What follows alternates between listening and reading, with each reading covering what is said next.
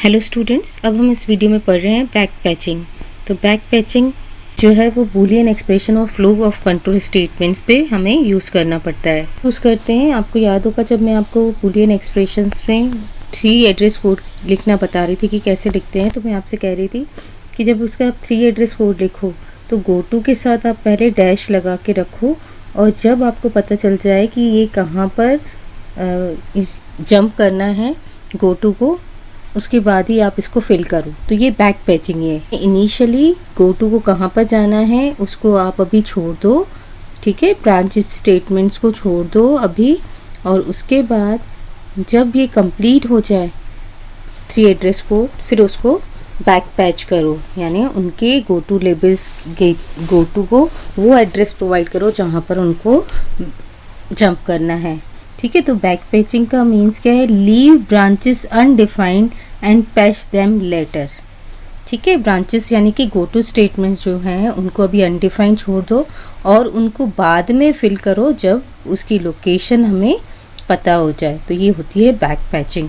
से अगर हमारे पास ये एक्सप्रेशन है a लेस देन b और c greater than d and e less than f, इस एक्सप्रेशन में देखो क्या हो रहा है कि अगर a लेस देन b हुआ तो कंडीशन क्या हो जाएगी? ओवरऑल कंडीशन ट्रू हो जाएगी। ठीक है, क्योंकि ये और के साथ है। और अगर ये कंडीशन फॉल्स होती है a लेस देन b, तो हमें क्या चेक करना पड़ेगा? c greater than d and e less than f, इन दोनों का ट्रू होना ज़रूरी है। अगर ये दोनों ट्रू होंगे तभी ओवरऑल कंडीशन जो होगी वो ट्रू होगी, अदरवाइज इनमें से एक भी फॉल्स हो गया तो कंडीशन ये वाली क्या हो जाएगी? फॉल्स हो जाएगी। तो हम इसको कैसे लिखेंगे कि हमने 100 एड्रेस लिखी, उस पर हमने लिखा if a less than b go to dash, इस डैश को हम बाद में फिल करेंगे, ये होता है बैक पैच। तो अगर ये कंडीशन फॉल्स हो जाती है तो हम 101 पे क्या लिखेंगे? Go to dash. कि अगर ये कंडीशन फॉल्स हो गई तो हमें कहाँ जंप करना है ये हम बाद में लिखेंगे। फिर नेक्स्ट एड्रेस 102 पे हम ये वाली कंडीशन चेक करेंगे, if c greater than d go to dash.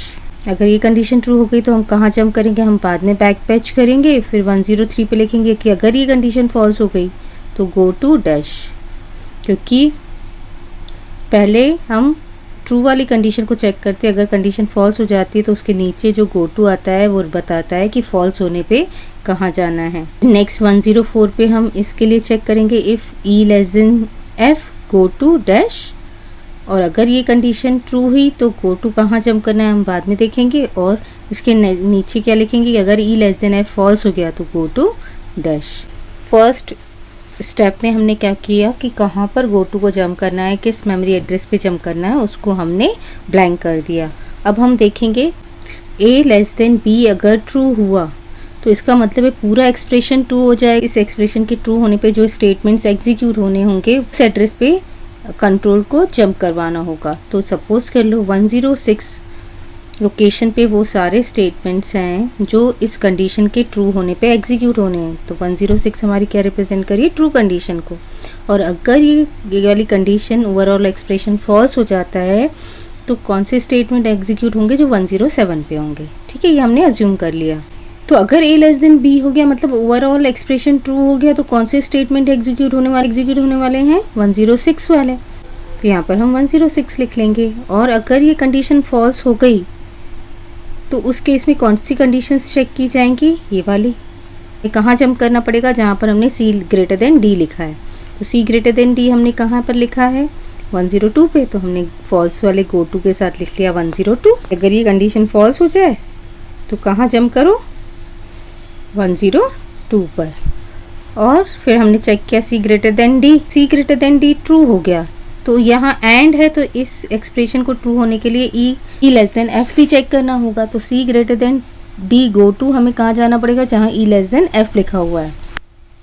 वो कौन सी एड्रेस है? 104। तो यहाँ पर क्या आ जाएगा? 104। Sir e less than f false हो गया, ये ट्रू था और ये फॉल्स हो गया, तो क्या होगा? ये वाला एक्सप्रेशन तो फॉल्स हो जाएगा ओवरऑल। ठीक है, तो ये वाली कंडीशन फॉल्स हो गई तो कौन से स्टेटमेंट्स एग्जीक्यूट होंगे? फॉल्स वाले। तो यहाँ पर e लेस देन f अगर फॉल्स हो गया तो कहाँ जाना पड़ेगा? गो टू 107, जहाँ पर फॉल्स वाले स्टेटमेंट्स लिखे हैं। और अगर ये भी ट्रू हो गया, ये भी ट्रू हो गया, तो इसका मतलब है ओवरऑल जो है कंडीशन ट्रू हो गई हैं इस एक्सप्रेशन की और हमें ट्रू वाले स्टेटमेंट्स एग्जीक्यूट करवाने होंगे जो कहाँ पर है 106 पे। तो इस टाइप से बैक पैचिंग वर्क करती है। तो इस वीडियो में मैंने आपको शॉर्ट में बता दिया कि बैक पैचिंग क्या होती है।